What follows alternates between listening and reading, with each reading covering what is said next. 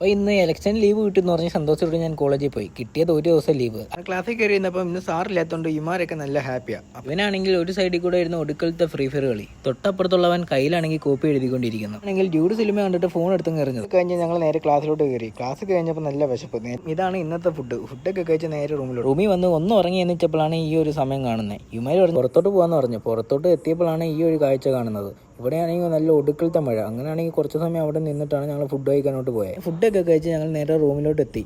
റൂമിൽ വന്ന് നോക്കിയപ്പോൾ രണ്ടുപേരും ഇരുന്ന് മാച്ച് കണ്ടോണ്ടിരിക്കുന്നു. അതൊക്കെ കുറച്ച് സമയം കണ്ടിട്ട് എനിക്ക് നാളെ പരീക്ഷ ഉണ്ട്. പരീക്ഷയ്ക്ക് ഇരുന്ന് പഠിക്കാനായിട്ട് തുടങ്ങി. പഠിച്ചോണ്ടിരിക്കുമ്പോൾ എന്തോ ശബ്ദം നോക്കിയപ്പം വെളിയിൽ കിടന്ന് ഇമാര് ഭയങ്കര ഡാൻസ്. എന്തോ ഡാൻസ് ആണെന്ന് പോയി നോക്കിയപ്പോൾ അവർ ചീട്ട് കളിച്ച് കഴുതയാണെന്നോ അവർ വന്ന് ഡാൻസ് കളിക്കണം. ഇവനാണെങ്കിൽ കാര്യമായിട്ടിരുന്ന് കളിക്കുന്നത്. ഞാൻ വിളിച്ച് കഴുതയാവത്തില്ലെന്ന്. ലാസ്റ്റ് ഇവന്റെ ഗതി ഇങ്ങനെയായി. കളിച്ച് 2-3 ട്രിപ്പ് കഴുതയപ്പോൾ ഇവനാണെങ്കിൽ ഒടുക്കലത്തെ ഡാൻസ് കളി. ഇവനെ പാട്ടിട്ട് അവരും ഒടുക്കലത്തെ ഡാൻസ് കളി.